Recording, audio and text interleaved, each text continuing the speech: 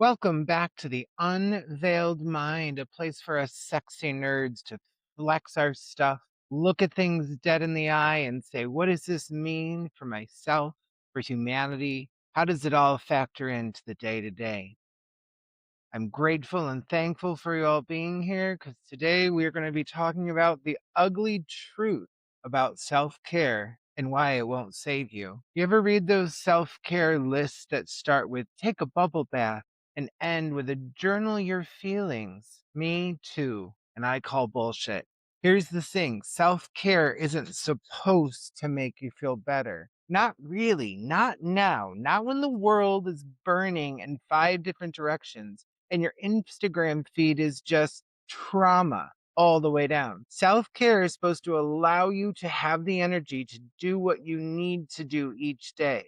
It allows you to avoid disastrous situations so that you're not paying the consequences of something that should have been said or done earlier. Today, we're talking about the unbeautiful side of self care, the kind that doesn't fit into a pastel square, the kind that looks like setting alarms to eat, like forcing yourself to shower when the brain's on mute, like staring at your phone, not doom scrolling for once.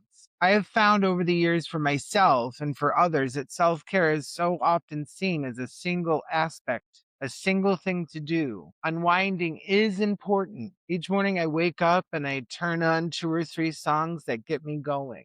And then when I'm feeling overwhelmed, I'm listening to songs that help me get into whatever emotion I'm trying to get through. I have to set time in my day for listening to songs that help me to do those things so that I can feel and be focused on what I'm planning and what I need. I myself am a musical learner. I spent a huge part of my life thinking that I was a hands on learner, a kinesthetic learner. What I have discovered is yes, I am a learner that needs to be moving, but it has to have rhythm. And we're going to get into learning styles and how it can help with this self care later. But we have to clear up all of these perceptions first before we can dive into the solution. Because here is the ugly truth. If you're not exhausted right now, if you're not barely holding it together, you might want to check your pulse. Self care is not spa days. It's not treat yourself culture. It's not buying shit you don't need to fill a hole that capitalism dug in you. Self care is the actions that we take so that we can enjoy relaxing, the need to unwind. We have to unwind. However, but we have constantly equated the last step with the only step. You will constantly hear me say self care is an often very unbeautiful thing. It is the most boring and mundane task you can imagine. What I want you to do is look in the description of this episode, and you're going to see an article that really changed my life that a lot of my self care conversation is on. And I'm going to be talking about it throughout this episode. But look in the description, there'll be a couple of things, some studies that we're going to be talking about, but as well as a link to that amazing article. To the credit of many organizations like the Department of Health, OMH, Oasis in New York State, anyways, when COVID was happening, and those of us working in human services or behavioral health, there was so much conversation going on in webinars about self care. Part of what caused many people to lose their minds during this world health crisis is that people were not well to begin with. And when people need to come together for a single pause, and that one squeaky wheel can make a huge difference. The problem was the whole world is a squeaky wheel. I was attending these webinars, and so many were required to go to. However, they would say the same thing over and over again. Stress, this is what happens. Sense of feeling alone, this is what happens to the body. Over and over, the negative consequences of stress were talked about with little tidbits of what to do. Once in a while, there'll be a worthwhile tip. However, I would walk away more and more annoyed, and it became a repetitive message that made me feel like, okay, then what? So I did what I normally do when something like this happens. I'm going to make it a course. I'm going to help other people because if I'm feeling this way, I can't be the only one. So I put together this training, and by doing so, when I do trainings, even if I feel like I'm well versed in a topic, I can always remember and think about what I was taught when I was in school or through self learning. Information changes all the time. So I'm constantly doing research. And when I dived into self care, I immediately realized self care is much more like self care is much more complicated than we originally thought, mostly because we have not done our inner work. Self care is just that, it is about the self. It's not about changing the world. It's about making sure you have enough energy to go out and to change the world. It is doing the things you hate, doing exactly that. It is paying that bill even though you don't want to. It's canceling plans because you are too tired. It's eating the damn vegetable even though you'd rather eat nothing or everything.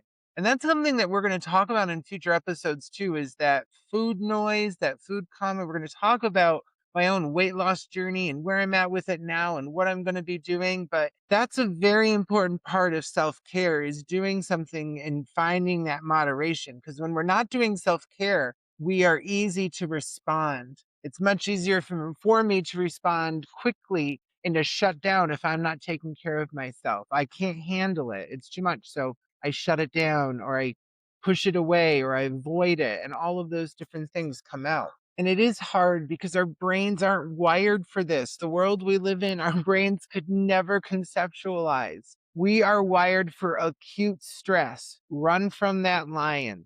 That is it. That is what our bodies are designed for. They are not designed for chronic stress. When you're seeing groups and civilizations dying out, it is because there has been some form of chronic stress, poverty, food insecurity, war, something.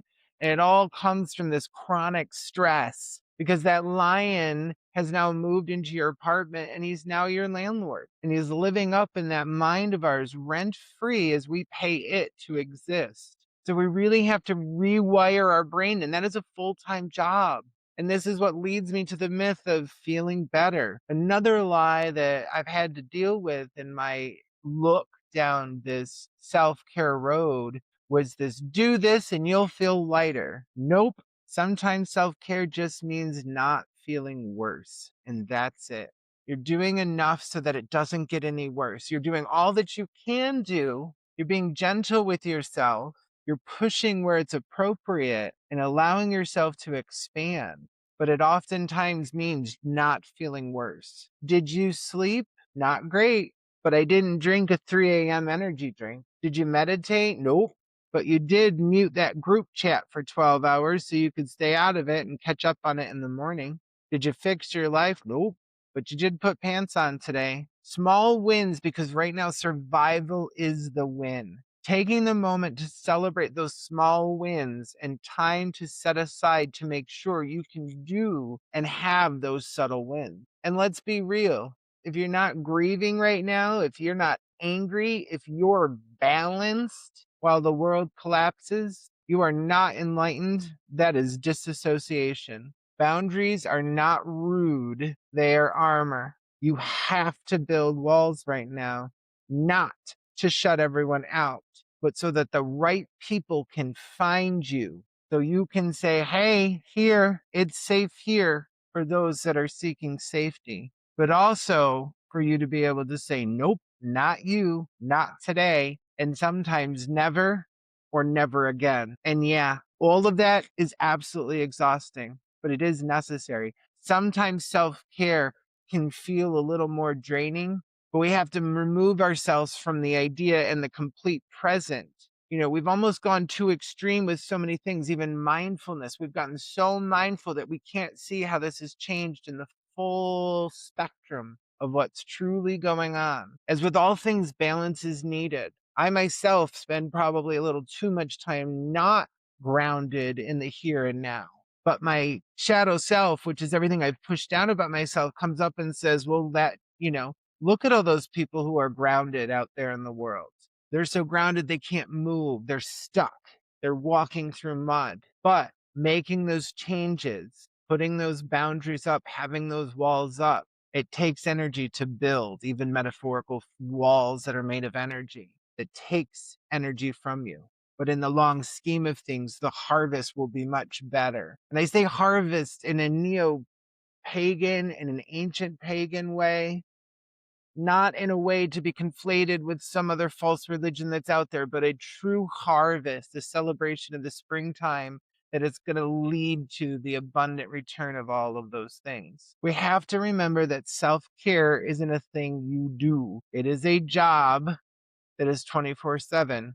It's moving forward when everything in you says stop. It's doing the laundry when you're depressed. It's drinking water when you don't want to. It's exactly that. It's work. And right now, that's all we've got. So, for a moment, let's go back. Remember how I mentioned learning styles? Even if you never take a course on it and you only hear this episode, you got to learn something because otherwise, you just spent 15 minutes listening to me about talking how horrible self-care is, and it's not going to bring you any answers, but sometimes it will. Because here is the twist. Self-care and your learning style go hand in hand because your learning style is secretly running your self-care. And no, I don't mean personality questionnaires like it's 2004. I mean the way your brain actually processes stress. Auditory learners, their cortisol drops 20% faster with music versus silence. Kinesthetic folks, stress relief is literally in their hands. Clay sculpting lowers heart rate more than meditation. Translation, if you're a visual learner, staring at a calm ocean screensaver does jack shit compared to actually doodling rage comics in your work notebook. And auditory people, yes, screaming into a pillow counts as self-care if it's rhythmical. Science says so. Your brain's stress responses gives exactly 0 fucks about Pinterest-worthy wellness. That guided meditation app might as well be a pop quiz if you're a kinesthetic learner. The kicker is your lizard brain does know this. Hands-on learners under stress, their amygdala lights up like a rave when forced into passive relaxation. But give them a stress ball or a hammer and nails, cortisol levels plummet. This is not a rebellion, it's neurology. Case in point, ever notice how tactile people destroy pens during meetings? That's not ADHD, that's self-regulation. Meaning auditory folks that are over here humming Radiohead in the shower because vocal vibrations hack their vagus nerve better than deep breathing ever could. So what's the actual science here? And you know me, you know I have to have studies. Studies are a TED Talk. That's basically what it is. So some studies that I'm going to reference here, I'm going to talk primarily about auditory learners and kinesthetic folks, mostly because for whatever reason, there seems to be some studies that are showing that auditory and kinesthetic, even though there's more than just that, these two types of learning can really encompass all of the micro learnings. And so I'm going to focus on these two things. I encourage you do some research on learning styles as it comes to learning types. Again, this is not about learning your Engram and your SBRID BS because it is BS, and we'll have another whole show on BS psychology, so look forward to that. But auditory learners and cortisol reduction. Studies indicate that music reduces stress cortisol more effectively than science or white noise, particularly when chosen by the listener to induce relaxation. So this study done by Khalifa et al. In 2003 found that after an acute stressor, cortisol levels decrease more rapidly in saliva samples of subjects exposed to music compared to a control group in silence. So we have all these people who are identifying as auditory learners, and they're testing these people as to see, okay, does the fact that you're an auditory learner really do anything? So does it, the biggest thing we can see is the most reliable is a cortisol sample. So auditory learners, when they're listening to music for relaxation and these self-care pieces, it is actually showing that the cortisol levels are dropping much faster. Relaxing music acts by reducing the post-stress response to the hypothalamic pituitary adrenal, which is called the HPA axis, acting as almost a reset button. So whenever we can activate this part of our pituitary adrenal gland, this HPA axis, we really can reset every kind of hormone balance thing that's going on in our body. And it's showing that, especially for auditory learners, music happens to be a thing that really works with this. Kinesthetic folks. So these are folks that really need tactile, they're the true hands on learners. Don't confuse, because it can be. I used to think I was strictly a kinesthetic. I need to be moving, I am very jittery, etc. But I'm really looking for rhythm. And so I actually learn much more musically. So I'm fall within that auditory that we just talked about. But kinesthetic folks, they need movement and tactile. And so what these studies continue to show, again, folks that were identified as being kinesthetic learners were given an act of clay sculpting. Tactile activities like clay sculpting are recognized as powerful, active, hands on methods for lowering heart rate and reducing anxiety by engaging the parasympathetic nervous system. So, again, similarly to the HPA axes, hypothalamic pituitary adrenal axes, it's two different systems. But when we're engaging this parasympathetic, God, you'd think I never went to school, the parasympathetic nervous system, we're able to really do some, again, hormone lowering or increasing depending on what's being activated and how. So lowering the stress response. Research did show that manipulating clay or engaging in art therapy, heart rate goes down. It directly reduces cellular cortisol and reduces subject anxiety levels. So flow state and heart rate, the rhythmic and tactile nature of clay work begins people in that state of flow, similar to meditation, reducing anxiety and in an extension, lowering heart rate.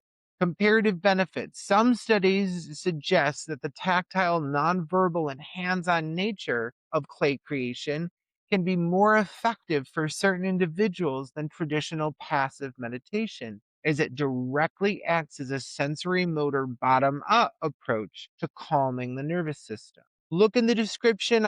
We'll have posted the 3 different studies that this information came from. Very quickly, just going over it. It is from Casa et al., which was in 2003. Their study on effects of relaxing music on salivatory cortisol levels after psychological stress. One done by Kamal G. et al. In 2016, reduction of cortisol levels and participants' response, glowing art making. And then the last one here is Sarid O. and Huss E. in 2010, visual and tangible arts therapy in adult education. So they really discuss kind of those results that we were just speaking about. So next time someone tells you just meditate, ask them how they'd feel if you swapped their morning coffee with a literal mindfulness workbook. Exactly. Now go rip some cardboard or scream, sing a rage song in your car.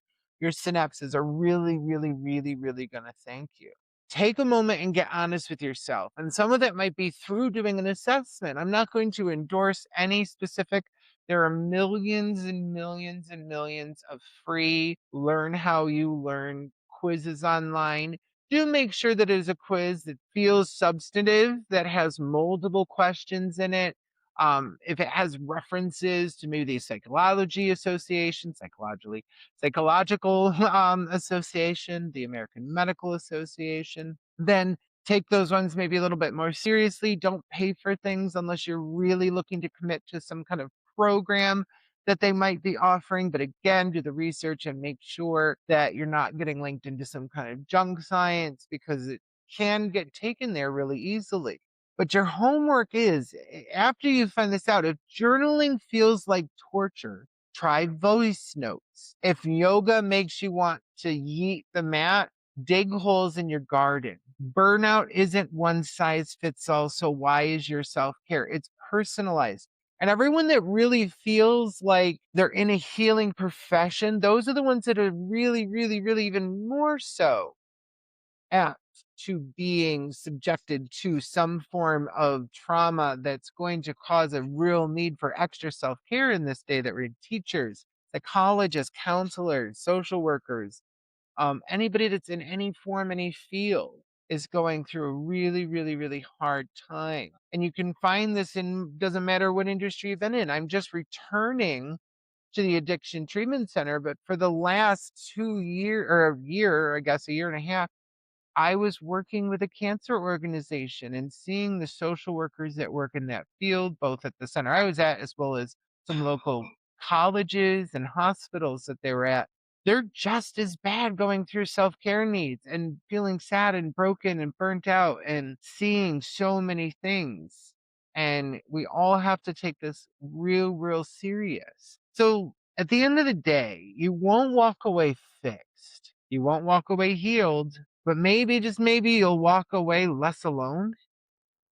You'll feel a little bit more together. Because again, self care isn't always going to make you feel better, it's just going to stop you from feeling worse. Self care can make you feel better. We've got a lot to do to get there. Be present, but not stagnant. Move, but don't lose grip. It's the balance. We're gritting our teeth. The light of change is whopping over us. What is our collective self going to do if we have a bunch of people who don't know themselves? Self care is just that, the self. I look forward to seeing you guys next time. Maybe we'll talk about something not so deep and dark and angry. Do make sure you check out our other partner podcast, Oh the Humanity with Rob Wright, an absolute gem of a show featuring so many things. And I will be on a panel discussion with him and some other wonderful people. I believe a comedian will be joining us, a social worker, myself. We're all going to be sitting with Rob, who's been doing this amazing showcase on what's going on with the world. So look forward to more information on that. And with that, just learn who you are and then live that. Be yourself with love that is the unveiled mind. Enjoy it and live naked.